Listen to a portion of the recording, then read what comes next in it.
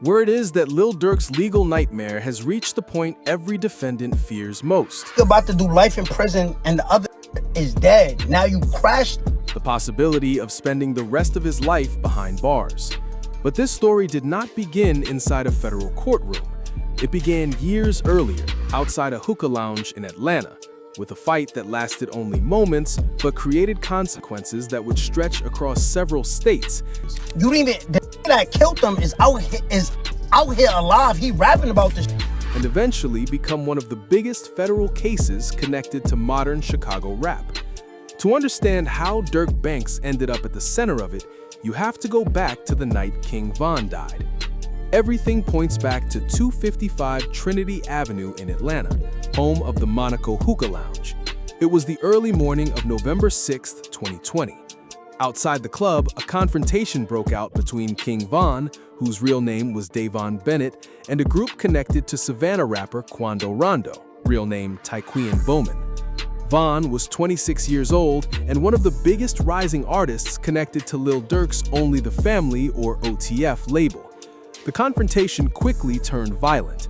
During the fight, Quando Rondo associate Timothy Leaks, known as Lil Tim, pulled a gun and shot Von multiple times. Several people were hit that night, and police officers at the scene also fired their weapons. Von was rushed to the hospital, where he was later pronounced dead. For Lil Durk, prosecutors would later argue that killing became the beginning of something much bigger. Lil Tim was charged with felony murder, but in 2023, those charges were dismissed after his defense argued the shooting was protected under Georgia's self-defense law. According to federal prosecutors, that outcome did not end the feud. They say it helped fuel it. The government claims that after Von's death, Lil Durk placed a financial bounty on Quando Rondo's life. That allegation is the heart of the federal case. Because there is a major difference between a rap feud and allegedly paying someone to commit murder. Prosecutors say the reward was not necessarily just cash.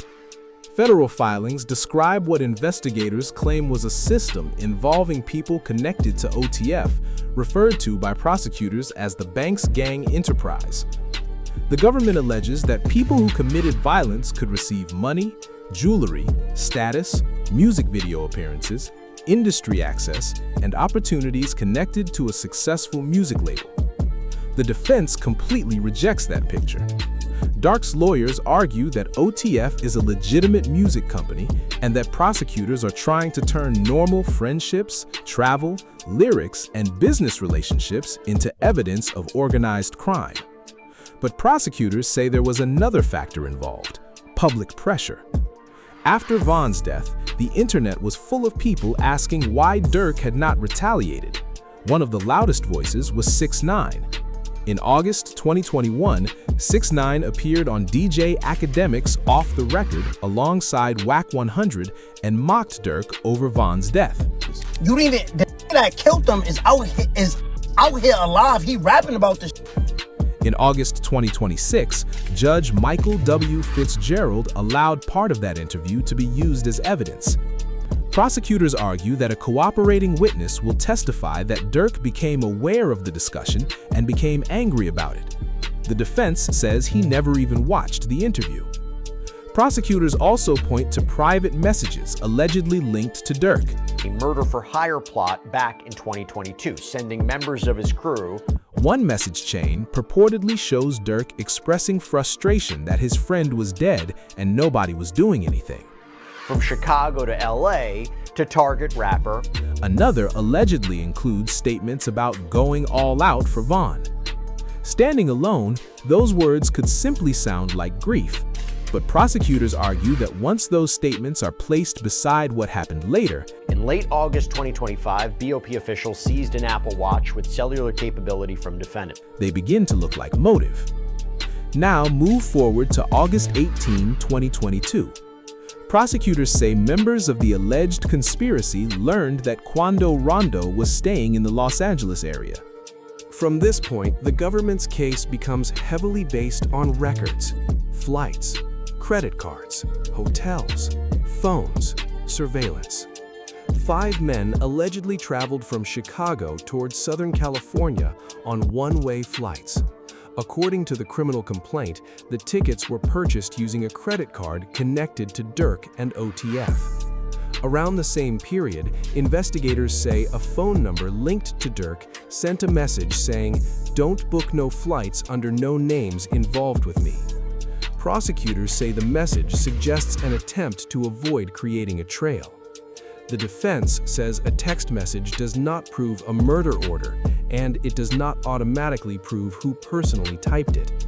The same day, prosecutors say Durk traveled to Los Angeles on a private jet with co-defendant Quando Rondo Grant. A credit card in Durk's name allegedly paid for rooms at the Sheraton Universal Hotel.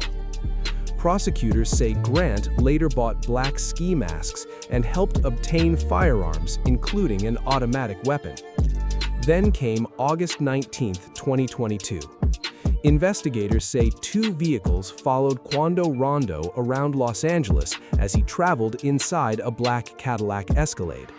He stopped at a dispensary and a clothing store. Then, at approximately 5:26 p.m., the Escalade pulled into a gas station near Beverly Boulevard and La Cienega. According to federal documents, at least 18 rounds were fired from multiple weapons. Prosecutors claim Asa Houston positioned a vehicle behind the gas station, while others, including DeAndre Wilson, Keith Jones, and David Lindsay, allegedly opened fire. But Quando Rondo survived. He was not hit. Instead, his 24-year-old cousin, Savia Robinson, known as Lulu Pab, was struck. She was transported to a hospital and pronounced dead.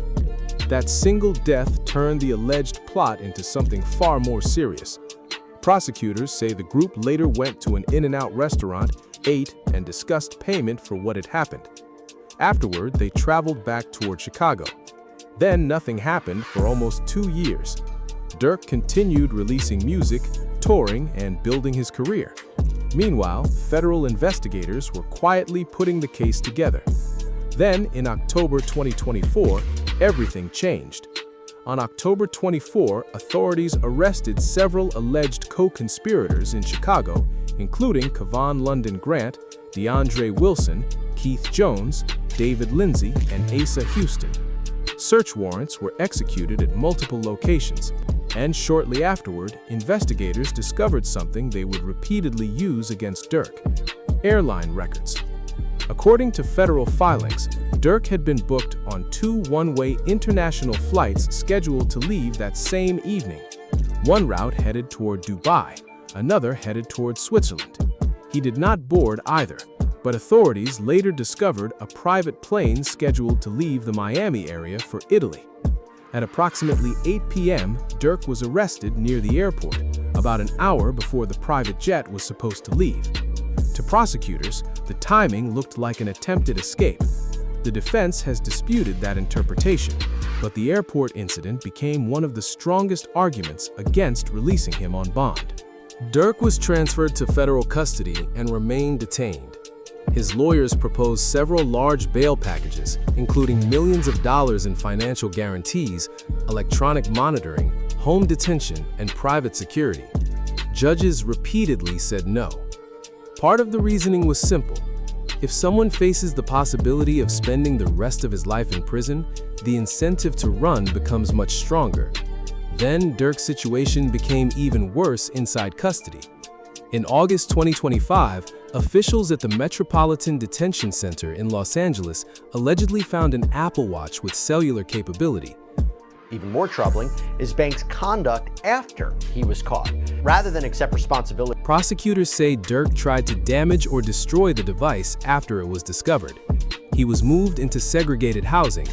By early January 2026, his defense said he had spent around 131 days in isolation, roughly 23 hours a day inside a small cell. His lawyers argued the conditions were extreme and potentially unconstitutional. one message reportedly stating, "If they get life, I'm gonna burn this mother bleeper down." By mid-January 2026, Durk was returned to general population, but by then, his life had completely changed. A rapper who once moved between arenas, studios, luxury hotels, and private jets was now fighting over phone access and hours outside a federal jail cell. And the biggest fight was still ahead, because prosecutors were preparing to put everything in front of a jury. King Von's death, the alleged bounty, the Los Angeles shooting, the flights, the hotel rooms, the text messages, the weapons, the dead victim, and the attempted international travel. The government believes all of those pieces form one continuous story. A group of guys, 3 guys with ski masks, come out and open fire on the car. The defense says prosecutors are forcing unrelated events into a criminal narrative. Lil Pob was pumping gas at the time. He gets shot, and he dies in Quando Rondo's arm. That does not exist. And that is what the case will ultimately come down to. Not what the internet believes, not what fans believe, but what prosecutors can actually prove in court. Meanwhile, the case outside the jail walls was becoming even more intense. Federal filings described threats aimed at people involved in the trial, including threatening voicemails left for a U.S. magistrate judge. Prosecutors used those incidents to argue that extra protection was necessary inside the courtroom. The trial itself kept getting pushed back. It was originally expected much earlier, but the date moved from 2025 into 2026 as co-defendants argued that the amount of evidence was enormous. Hundreds of gigabytes of digital material and tens of thousands of pages of documents. Durk repeatedly objected to the delays and demanded a speedy trial. And that is understandable. When you are sitting in federal custody without bond, every additional month matters. While the calendar kept moving, the government's theory of the case also kept changing.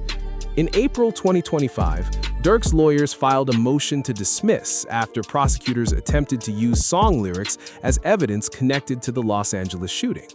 Specifically, they mention one of Durk's songs, Wonderful Wayne and Jackie Boy, which they claim was wrongly used to connect him to the 2022 murder. The defense produced sworn statements from producers showing that the verse had been recorded in January 2022, approximately 7 months before the August shooting. In other words, the defense argued that the government was trying to connect lyrics to an event that had not even happened yet. The thing is, the argument they make, he had actually written the lyrics that prosecutors were citing months before the killing. Prosecutors later filed a new superseding indictment that removed those disputed lyrics. The case survived, but the defense had exposed an important weakness. Then, in June 2026, prosecutors expanded the case again. A third superseding indictment described an alleged racketeering organization called the Banks Gang Enterprise and added violent incidents from Chicago and Atlanta. But Judge Michael W. Fitzgerald pushed back. On July 14, 2026, he separated those newly added violent crime counts from the Los Angeles case. The judge made it clear that he believed prosecutors were trying to strengthen the Los Angeles prosecution by attaching unrelated allegations from other cities. One of the lead prosecutors reportedly received a call from an unidentified male who warned, "Free Durk or be shot." For Durk's defense, it was one of their biggest victories. But the government was not finished. On July 31st, prosecutors filed a fourth superseding indictment, increasing the case from 6 counts to 7. One thing, however, was already decided. Who's to do the snitching on him? It's OTF. If OTF Vonnie, we have one of the trigger men that's snitching. The death penalty was off the table, but the danger remained enormous. A conviction on the central murder for hire resulting in death charge, together with the machine gun count, could still mean mandatory life in federal prison.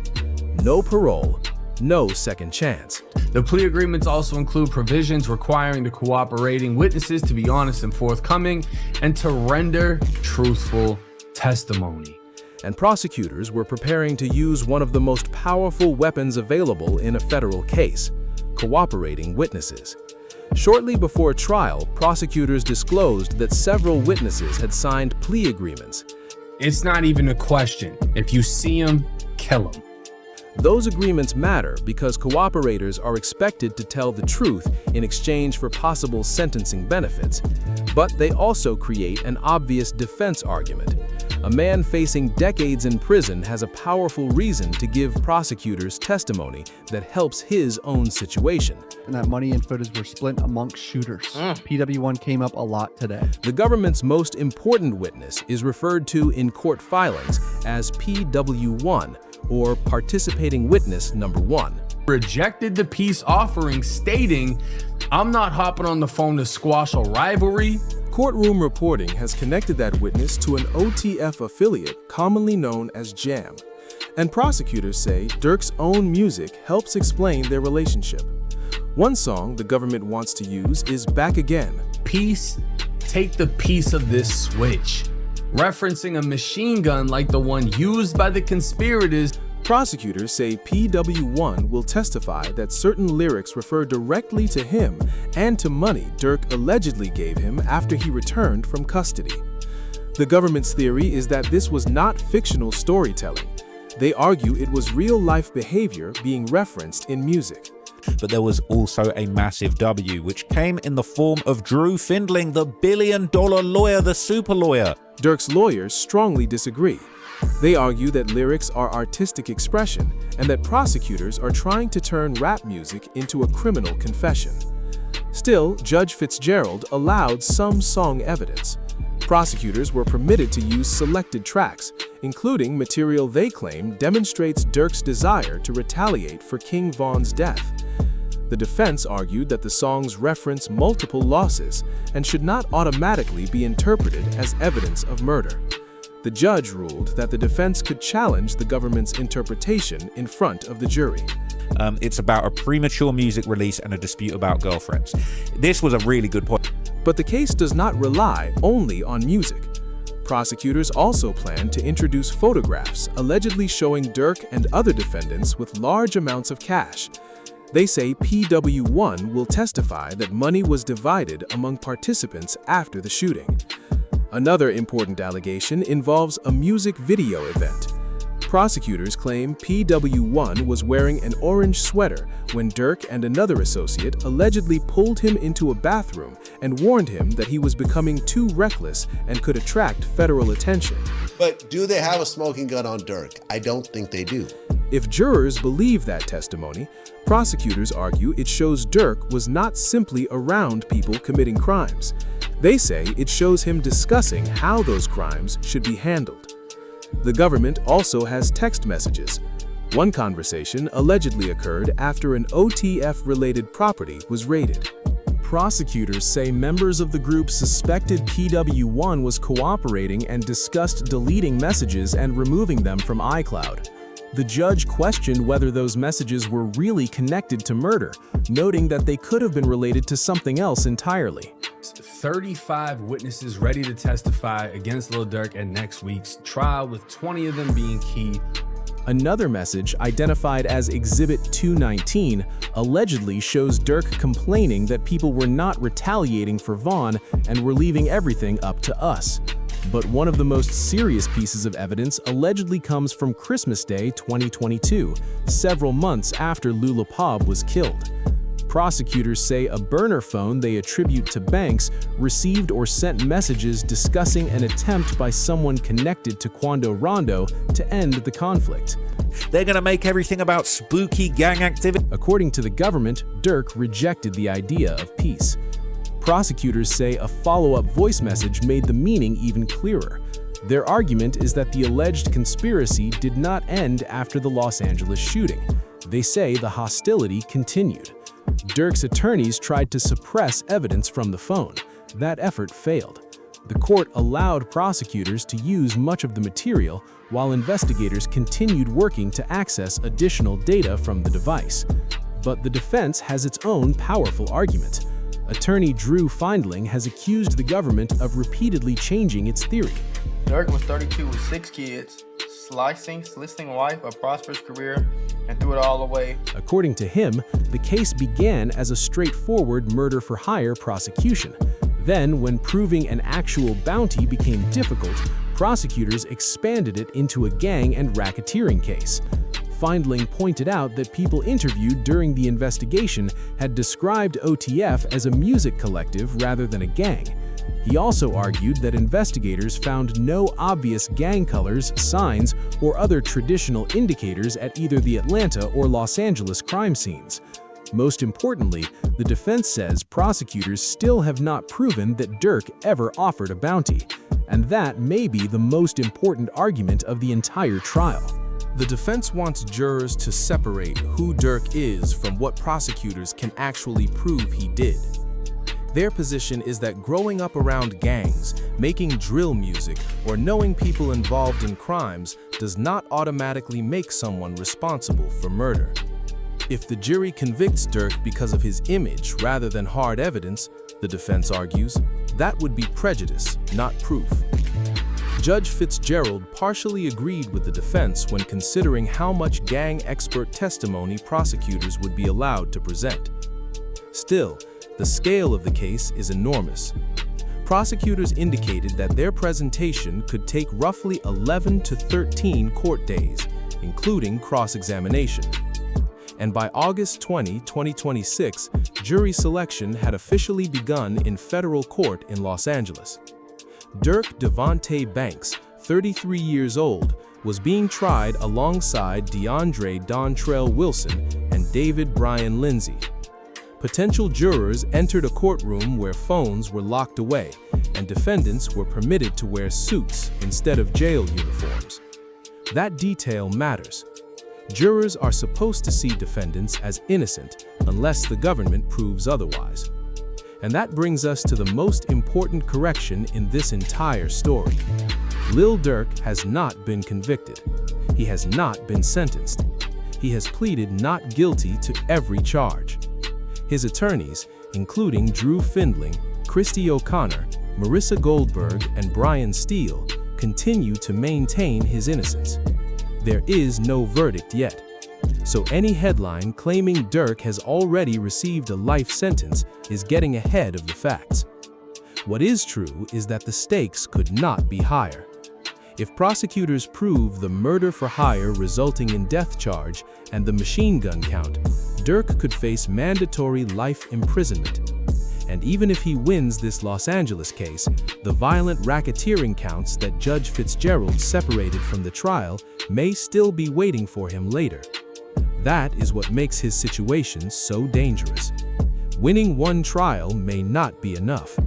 The government believes it has a story built from witnesses, money, travel records, phone messages, lyrics, firearms, and years of alleged retaliation. The defense believes prosecutors are trying to transform a successful rapper's image, friendships, and music into a criminal organization. Now the jury has to decide which version is supported by the evidence. And for Lil Durk, that decision could determine the rest of his life.